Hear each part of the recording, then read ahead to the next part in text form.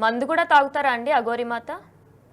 తాగుతారండి. ఆయన ఆవిడకి నీళ్లు కలుపుకోవడం ఇష్టం ఉండదండి మాతాజీకి. ఒక బాటిల్ ఇప్పటికి అలాగే నా దగ్గర ఉంటుందండి. కావాలంటే శాంపిల్‌కి పంపియమంటే మీకు పంపిస్తా. దాన్ని మీరు టెస్ట్ చేయించుకోవచ్చు. అంటే ఏదో చేస్తారు కదా! లాలాజలం టెస్ట్ ఏదో ఉంటుంది కదా! తందా కాదా అని. ఆ టెస్ట్ కూడా మీకు దొరికిపోతుందండి. అంటే పోనీ ఒక ఇప్పుడు బాటిల్ మీద ఎవరినైనా డౌట్ ఇంటికి వచ్చిందనుకో టార్గెట్ చేసే ముందు అఘోరి మాత మేము మీ ఇంటికొస్తున్నాను, పూజ చేస్తున్నాను అంటే ఇలాంటి మాటలు చెప్పొస్తారా? ఫస్ట్ పూజలు ఫస్ట్ అలాంటివి ఏం రావడమే. మాట్లాడదండి. తన కారు తానే చెడగొట్టుకోవడమా, తన ప్రాబ్లమ్ తానే పట్టమా, అయ్యో! నేనిక్కడ ఆగిపోయాను. నాకు సహాయం చేయండి. నేను ఒక అఘోరి మాతను. నాకు సహాయం చేస్తే మీకు మంచి జరుగుతుంది. ఇలా మాట్లాడుతది. ఏ ఇంట్లో ఏం పూజలు చేయదండి. దానికేమొచ్చు చేయడానికి? ఏమీ రాదు. అంటే ఒకప్పుడు ఒక ఇంతలా అగ్ని మీరే చేరతీశారు. తర్వాత ఇంత అభ్యంతరం వ్యక్తం చేయడానికి ఒకే ఒక పాయింట్‌లో చెప్పాలంటే ఏం చెప్తారు? అంటే అమ్మాయిల్ని ట్రాప్ చేసి అమ్మాయిల్ని ఏ విధంగానైనా వాడుకుంటుందా? గారి లేదంటే పరిధిలో డబ్బుల ఉన్నంత కోసమే కాలం ట్రాప్ చేస్తుందా? డబ్బు కోసం అంటే కాదండి. ఇది మా గురువుగారి దగ్గర ఉన్నంత కాలం ఆవిడకి కట్టు, బొట్టు, మీడియాతో ఎలా మాట్లాడాలి, పూజలతో ఎలా మాట్లాడాలి, సనాతన ధర్మం అంటే ఏంటని మనం నేర్పించుకుంటూ వచ్చామండి గురువుగారి ద్వారానే. నేనొక్కడినే కాదండి. ఇంకా ఇద్దరు ముగ్గురున్నారు.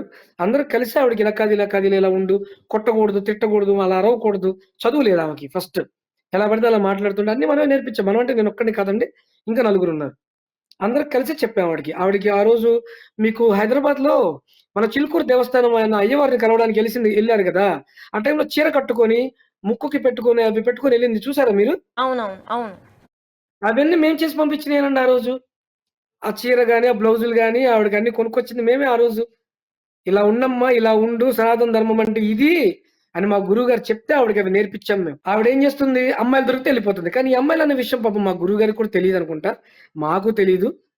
అనుకుంటా కదా! మా గురువుగారికి నిజంగానే తెలీదు. పాపం తెలిస్తే ఆయన ఇట్లాంటిది జారనీయడాయన. దగ్గరికి కూడా రానీయడాయన. ఇప్పుడు మాకు కూడా తెలియక కదా ఈ ట్రాప్‌లో పడిపోయాం ఆమె దగ్గర.